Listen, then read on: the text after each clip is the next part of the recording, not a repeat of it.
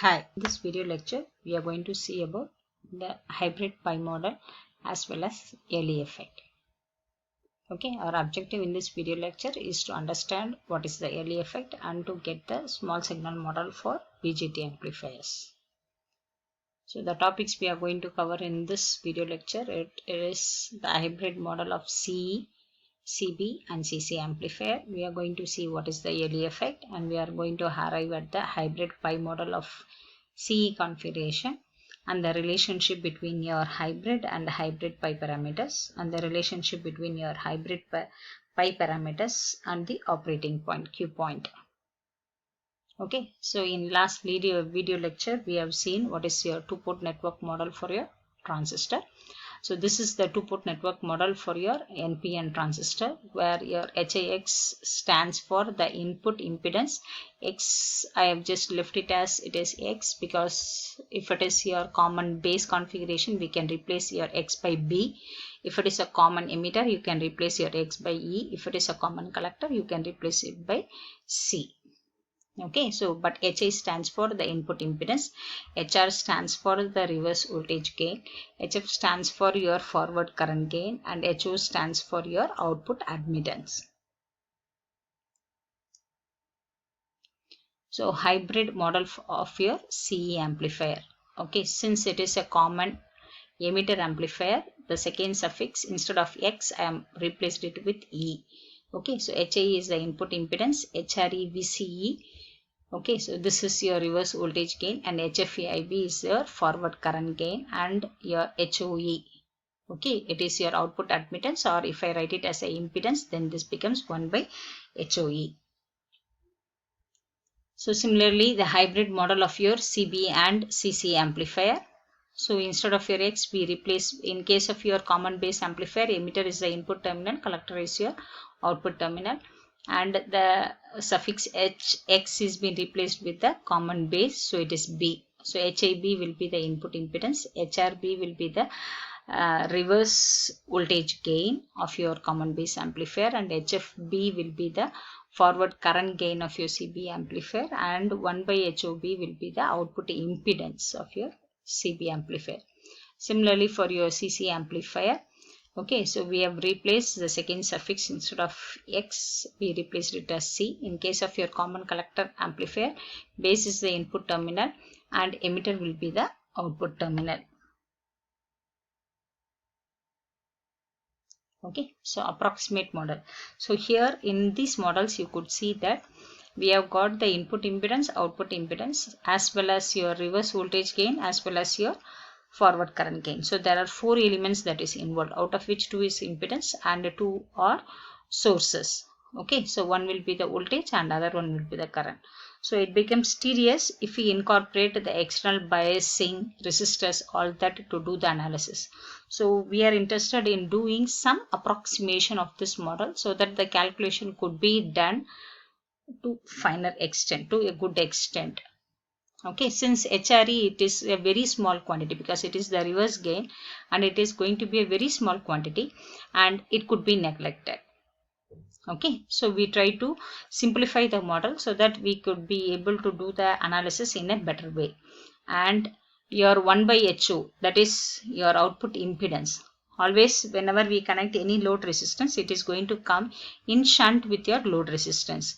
If at all, if your 1 by HO, that is your output impedance, if it is going to be very, very greater than RL, we know that when 2 resistors are in parallel, the equivalent resistance is going to be the smallest one. So HOE will be neglected. So that is your output impedance will be neglected, and only the output impedance will be equal to your RL. So therefore in this case we can neglect your output impedance HO. So when I try to neglect your HRE as well as your HO, now the model becomes a very simplified model where we got only the input impedance and the forward current gain. So this becomes very easier model for a transistor. So the external biasing resistors, all that we could now connect, and we can do the easy analysis in a fastest and easier manner. So just as a refreshing point, so BJT operation. So if at all your transistor is going to be operated in the active region, we know that the emitter base junction is going to be forward bias and the collector base junction is reverse bias. Okay, so whenever we forward bias or a reverse bias at junction, the depletion region, okay, width is altered. If it is the forward bias, the depletion region thins out, and if it is a reverse bias, then the depletion region thicks out. Okay, so the depletion region width is proportional to the potential you apply. Okay, it is proportional to the reverse bias potential, because in case of reverse bias, the depletion region is going to increase. Okay, and that increase in your depletion region width is going to be proportional to the reverse bias potential. And the reverse saturation current, we know that it is inversely proportional to your depletion width. Okay, so all these are the fundamentals which you would have studied in your electronic devices or in your unit 1.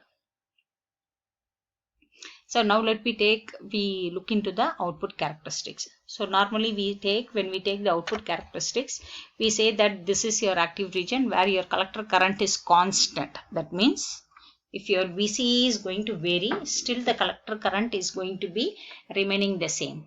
But that is not the case. If you closely observe, the collector current, it is not remaining the same. It is gradually, you could see that gradually it is rising, and you can have some slope. Okay, so we want to find out the reason why this is happening, because this is the active region where we are going to operate our transistor as an amplifier. Okay, there is a slight increase in your collector current. We want to identify what is the reason for this. Okay, so the reason for this will be base width modulation, because as you keep increasing your VCE, that is what we do, right?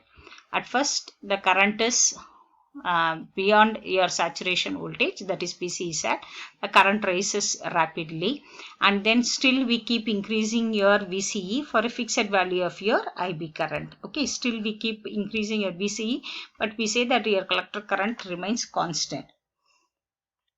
Okay, so as you keep increasing your VCE, so I have given here two scenarios where VCE is going to be small and VCE is now larger. Okay, when VCE is small, you have got this much as your effective base width. Okay, you could see that this will be the effective base width that is being appeared when VCE is going to be small. When as you increase the value of your VCE, the depletion region, we know that the depletion region grows based on your reverse bias potential. So the depletion region has now grown. Okay, and the effective width gets reduced. You could see here. Okay, you could see here the effective width gets now reduced. Okay, so because of this effective width getting reduced, your reverse saturation current is going to rise up. Okay, as the reverse saturation current is going to rise up, your collector current will rise, because we know that IC is equal to IS exponential of VB by VT. That is your collector current equation. So that is going to keep rising. Okay, so that is why your collector current is keep increasing. So as you keep increasing this VCE, what happens? The effective base width now gets changed. It is like a modulator. The width is controlled by the VCE potential.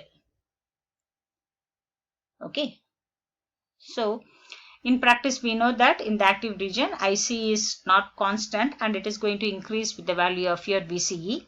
So increasing your VCE reduces the effective base width. Okay, and IS, which is inversely proportional to the depletion width, and hence your collector current is going to rise. Okay, so therefore your collector current is not only function of your input current, but it is also a function of your output voltage. Okay, thus hybrid model is preferred to do your analysis of your BJT amplifiers. So we know that IC is IS exponential of VB by VT. It is not only dependent on your input voltage, but it also depends on your output voltage VCE. So which is given as 1 plus VCE by VA. Okay, and what is this 1 plus VCE by VA? This VA is called as your early voltage. So the early voltage you will be able to find out. Okay, so this is the characteristic curve we get. So once you extrapolate the characteristic curves, okay, you extrapolate all your characteristic curves, so it comes and meet at a point where your collector current becomes 0, and that voltage is called as your early voltage. Okay, so VA is called as the early voltage because This has been found by the physicists yearly. Okay. So now the hybrid pi model. So the hybrid pi model, so previously we have seen the hybrid model where we got only the input impedance and then the current source. Now incorporating your early effect into account, so we have now insert in case of your hybrid pi model, we have inserted this R naught. R naught, it is nothing but the ratio of VA by IC, and VA for your transistors will be around 100 volt. Okay, so few tens of volt to 100 volt. Okay, so based on your operating current, you will get your R naught. So this is the hybrid pi model of your BJT. Next, we get the relationship between your hybrid model and hybrid pi model. So in case of your hybrid model, HI is the input impedance. Here it is your R pi is the input impedance. So HI is equal to R pi. In case of your hybrid model, you have HFE IB. Here it is GM V pi. Okay. So which is nothing but it is GM IB times R pi, because your V pi is nothing but IB times R pi. Okay, your V pi is nothing but IB times R pi. So therefore HFE is equal to GM R pi.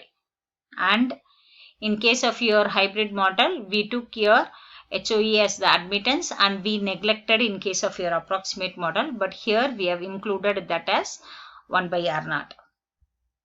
Okay.